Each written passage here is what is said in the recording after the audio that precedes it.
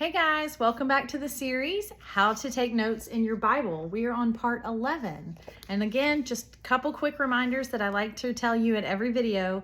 Click on the comment at the top of these videos and it will take you to the previous day's video. So you can go all the way back to part 1 and watch the entire thing.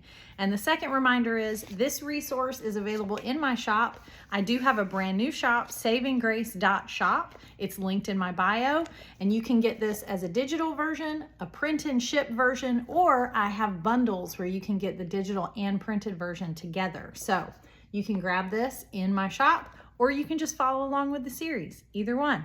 So today we are in part 11, and we're going to be talking about questions. This one's pretty short and sweet, but let me just tell you something. No matter how much you study the Bible, there are going to be things that you're going to come across when you're studying that just make absolutely no sense, and that is totally okay. And I have come across things in my study that I just don't understand. And so I write questions or even just a question mark out to the side of my Bible. So let me just show you a couple examples of where I'm just like, I have a few questions in this section of my Bible. So in Genesis chapter 6, the beginning of chapter 6 in Genesis is just weird. So it says, when mankind began to multiply on the earth and daughters were born to them, the sons of God saw that the daughters of mankind were beautiful, and they took any they chose as wives for themselves. And the Lord said, my spirit will not remain with mankind forever, because they are corrupt.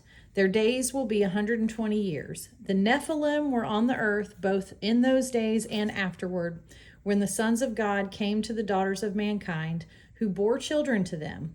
They were the powerful men of old, the famous men. Okay, what? There's some crazy stuff going on just in those few verses, and as much as I've studied, I still have questions. And honestly, a lot of Bible experts don't even really fully understand these passages. So, as you can see, in my Bible, I have questions. Who were the sons of God? Fallen angels? Descendants of Cain? Nobles? Question mark, question mark. I truly don't know. And then over here, I have more questions. Who the heck are the Nephilim? Who or what were they? There's only one other mention of them in Numbers 13, and it doesn't really tell us a whole lot. There's also these other people called the Rephaim, and that's who Goliath was. He was a giant, but like, where did they come from? Were they a product of the sons of God and daughters of mankind? I have no idea. So ask questions. It's okay to not know the answers. Here's another example, and this will never make sense to me, no matter how much I try. I don't get it. So in Genesis 19, we have this whole crazy situation where Lot and his family are in Sodom and Gomorrah, and the Lord has sent his angels and they are about to destroy it.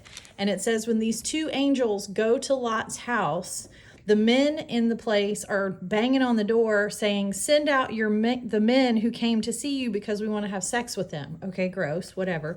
But then it says in verse 6, Lot went out to them at the entrance and shut the door behind him. He said, don't do this evil, my brothers. Look, I've got 2 daughters who haven't been intimate with a man. I'll bring them out to you and you can do whatever you want to them. I'm sorry. Why? What? No, absolutely not. No, absolutely not. No. Why? Why? Why? Why? I don't know. I don't have the answers. I don't understand it. I will never understand it. I don't get it. So ask questions. Put questions in your margins.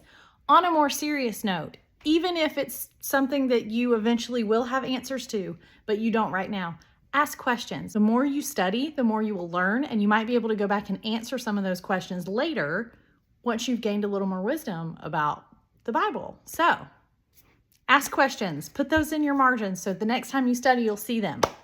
And come back tomorrow and we'll have part 12. Okay, bye.